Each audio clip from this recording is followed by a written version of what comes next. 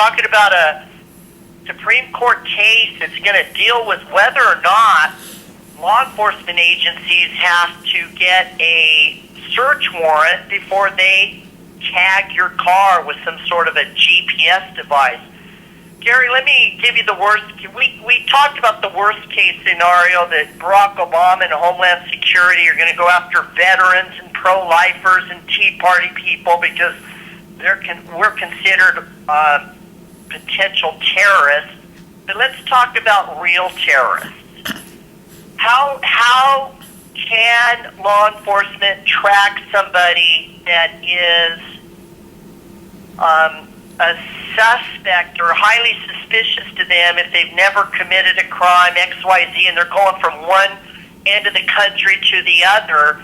Can they get a search warrant the old-fashioned way? Yes, if they have what's called probable cause to believe that an individual is tied to terrorist organizations or is working with terrorist organizations or is a member of a terrorist organization, they have the option of going to court, presenting their evidence, and getting a search warrant.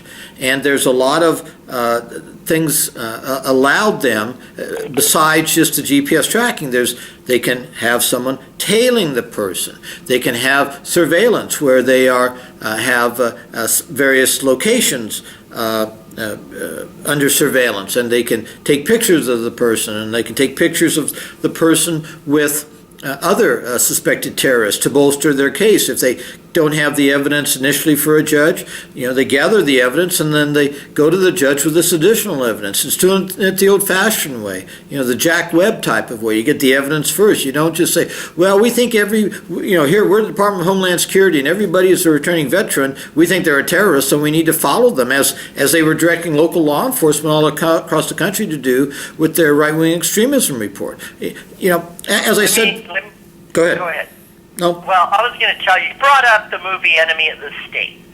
And in that movie, one of the things they did, of course, is they tracked phones, et cetera, but the other thing they used is the, quote-unquote, spy in the sky satellites to track the vehicle from a satellite. So that's a different form of tracking. And my understanding is the satellite has to be over the area, and this isn't, something that's really easy to do. But it's different than GPS. They didn't put something physically on the vehicle. They're not watching from another car or an apartment building across the street. They're watching from a satellite. Do you think they should have to have a warrant to do that? You mean for the so-called drone tracking or satellite tracking? Yeah, something like that. That's a different question, because if they are out in the public, if they're out in public, if they're going down to public streets, you could be following them with another car. The difference between that case and the GPS tracking case is that in the GPS tracking case, you've gone on somebody's property, you've placed this device on their car, and you're following them remotely from a location at an office or something like that. Again, to follow them everywhere, you've got a computer recording of everything they do every place they go, and that's just invasive. If you've got a satellite overhead and you're tracking someone who's a suspect, right now there's no requirement for a warrant for that sort of tracking, because it's like you're following them. Would you be objected, though, if they were using a drone versus a GPS on their car? Would you think that would require a search warrant too? Well, at this point in time, it does not. But do you think it should?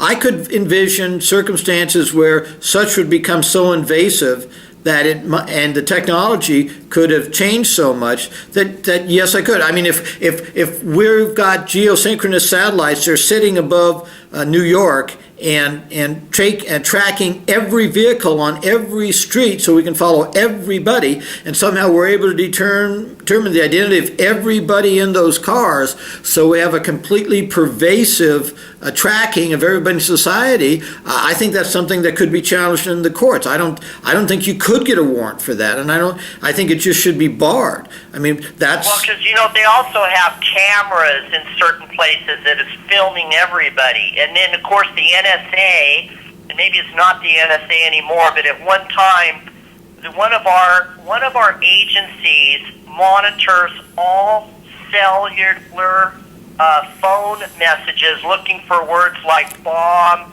kill. That's under the assassinate. Echelon program. That's under the Echelon program that debuted under President Clinton when Janet Reno was Attorney General, and that program is legally can only be used on communications between from phones inside the United States to and from phones outside the United States legally. I have no doubt, or I shouldn't say I wouldn't be surprised that it's being abused by some government agencies, but technically they're supposed to obtain warrants in order to track any individuals or intercept any phone calls within the United States. That's the law. Okay, do you think that it's okay just because the phone call's crossing a border, that it's okay for them to do that? Well, it's based on the holdings that individuals outside the United States do not have the constitutional rights of citizens within the United States.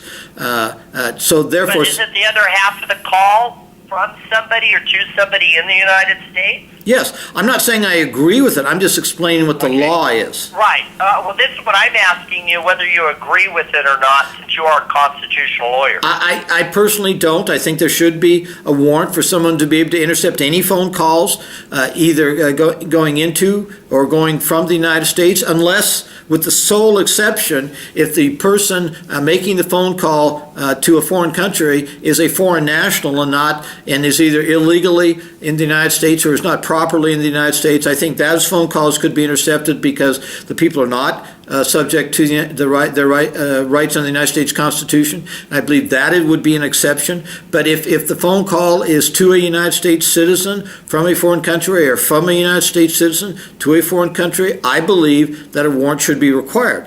Currently, it is not. Well, the bottom line is technology. Even, there's a part of me that wonders about being able to, if I go on a Macy's website, and buy something, all of a sudden, every time I turn on the computer now, I've got a Macy's ad on my computer because they tracked my internet visit, and now they're sending me ads every time I go on a certain website. There's a part of me that says I never gave them express permission to do that. Well, usually when that happens, there's a sign up someplace on the website when you go and purchase something where it says, I choose to receive your flyers, whatever. Yeah, no, there was one time I was looking up something with timeshares, and then I noticed every time I went on certain websites, a timeshare ad came up. Right. And all I'm saying is this technology is changing things very, very rapidly, where it becomes so easy for people to snoop, eavesdrop. Agreed. And it's going to get more complicated, not less. How do you think the Supreme Court's going to rule in this case? Well, the fact that they expanded the question from whether tracking using this device is legal on private property to whether using this device without a search warrant as a whole is legal is a good sign. I believe that justices on both sides of the conservative liberal divide will unite, and we may see a 9-0 or 8-1 or maybe a 7-2 opinion. I think there's a couple of justices on the Supreme Court that are going to do whatever the current administration supports, but I would be amazed if it was less than 7-2 in our favor, and I'm hopeful for a 9-0, because this is so invasive that it doesn't matter who is in power. If a conservative government is in power, this power could be misused to harass liberal opponents. If a liberal government is in power like we have right now, it could be used to track and harass conservative opponents. I think it's very scary, and I'm hoping that the Supreme Court, and I think they've given a hint by their action in expanding the question, will take action to protect all of us. All right, Gary, the best place to donate to your foundation is at your website, I would imagine? Yes, sir. www.usjf.net, and there's a place where it says donate, and people can go there and donate, and they can see articles about our cases and articles of general conservative relevance. All right, thank you so much for what you're doing, and I appreciate you being on the show. Thank you for having me on your show, and God bless. All right, Gary Kreep, again, Executive Director, United States Justice Foundation, discussing an issue before the United States Supreme Court. on whether or not government needs to get a search warrant to put a GPS, in this particular case, GPS device on your car in case you do commit a crime. You're listening to the Andy Caldwell Show. We'll be back. As usual, if you are driving around and you can't write things down and you want information on our guests, go to the AndyCaldwellShow.com webpage, the AndyCaldwellShow.com webpage.